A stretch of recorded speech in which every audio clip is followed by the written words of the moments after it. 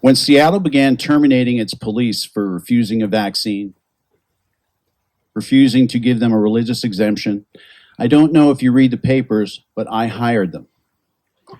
I just met Victoria I would say about a month ago. She told me that she was running for Seattle City Council. So I grabbed my cell phone and I immediately had her scheduled for a mental health evaluation. Why would she want to jump into the belly of the beast? Because someone has to.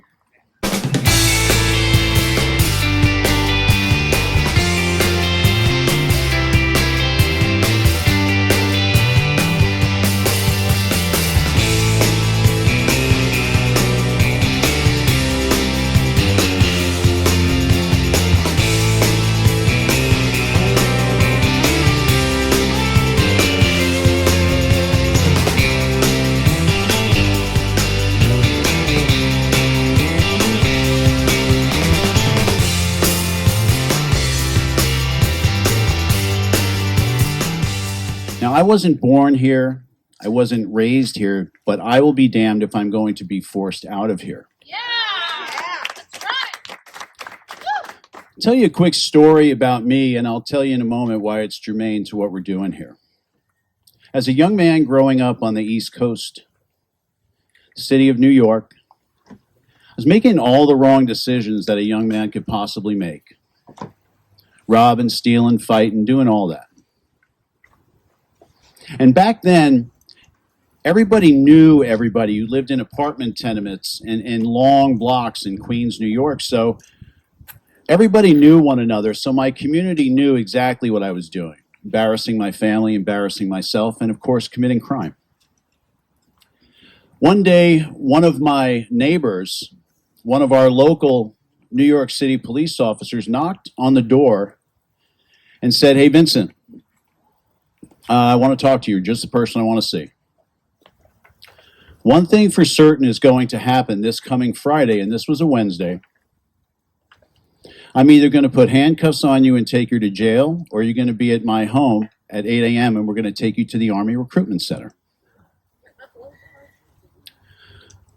So as I began to plot my escape, I thought perhaps that I could maybe hide out in Atlantic City where I have friends, continue with my conduct. Thought maybe I could go down to Florida for a couple of months and it would kind of all blow over. But for whatever reason, through God's grace, I found myself at 7:45 standing on his doorstep. And 34 years later, this is the person you see in front of you today.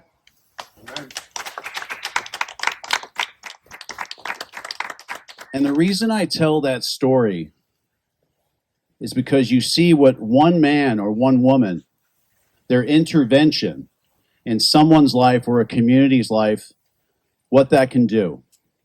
And what that's done and what it's manifested into within my service in our military. My service continued in the sheriff's office, and of course on the city council.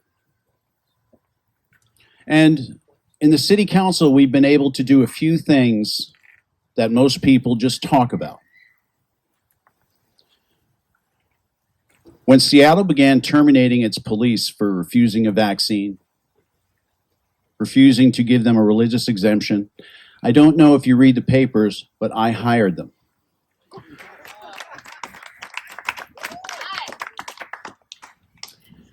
And when marijuana pot shops sprung up everywhere and brought the same crowd with it, the crime that goes with it, the money laundering, the property crimes, I put a moratorium in place. Do you realize we do not have one weed store in my city? Wow. And when the housing challenged, that's my new term, when the housing challenge began to creep in and start taking over street corners, running around with shopping carts full of garbage, and really just helping to the decay of our neighborhood, I put one of the most sweeping anti-camping legislative bills in the state. So much so is that legislation I crafted has been mimicked by at least 31 other cities in Washington state, including the very liberal city of Edmonds. And so I don't say those things to brag. I don't say those things to boast or anything like that. I say it because it's absolutely necessary, and it's the power of what one can do. It's what that intervention in a community speaks to. And right now, if there's ever a city that needs intervention, it's Seattle. Now, before I got to know Victoria, I did my due diligence. I kind of looked her up, did my little background routine like I do on everybody, and I came up with one word. That was tenacious. Yes. And if there's one thing I respect, besides people that keep their oath to the office they swear, it's tenacity. Now, we know that crime is off the charts in every community. Month over month, property crime and violent crime keeps setting records in my neighborhoods and in yours. Well, maybe not in mine. We've done a few things. Drugs, the modern day scourge, is killing a generation right before our eyes. Fentanyl, now the #1 killer of adults 18 to 45. Property crimes, again, month over month increase. And there was a young lady, as a sheriff's deputy, she was reporting to me the theft of her catalytic converter. And as she's making her claim, I recall another officer, our agencies butt up against one another, saying there's not much we can do. It's simply a property crime, is what she told her. And the woman's response really took me by surprise. She said, to you, it's a property crime. To me, it's a vessel to get my kids to school. To me, it's the way I get to work. And I don't have $2,200 to pay for a catalytic converter. I'm screwed. Again, so when we start to be dismissive of, well, it's just property crime and this blow over, I assure you it won't. This permissive culture of crime and drugs and just all in all lawlessness requires an intervention. It also requires activism on your part. I talk about activism and roles and why it's so important. Now, not everybody can be the candidate, but everybody has a role. And I don't care if you are the Boeing engineer, the Microsoft techie, or the stay-at-home mom that's willing to wave signs or hand out flyers during the campaign. You all have a vital role to play in making sure you do what you can to protect God's gift to humanity, which is your community in these United States.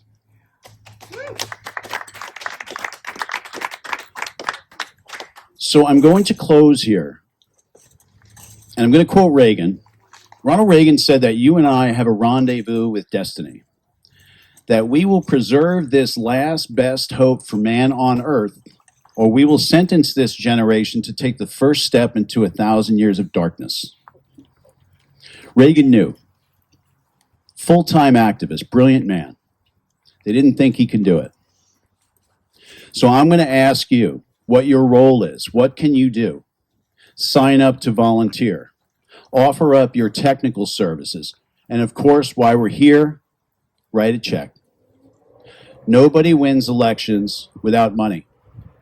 I've done some background on some of her opponents. They are as progressive as they come.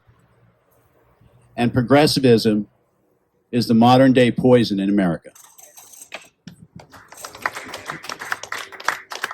So I want to say thank you. Thank you so much for having me. I want to apologize for leaving my bag of clothes to look a bit more professional at my daughter's house.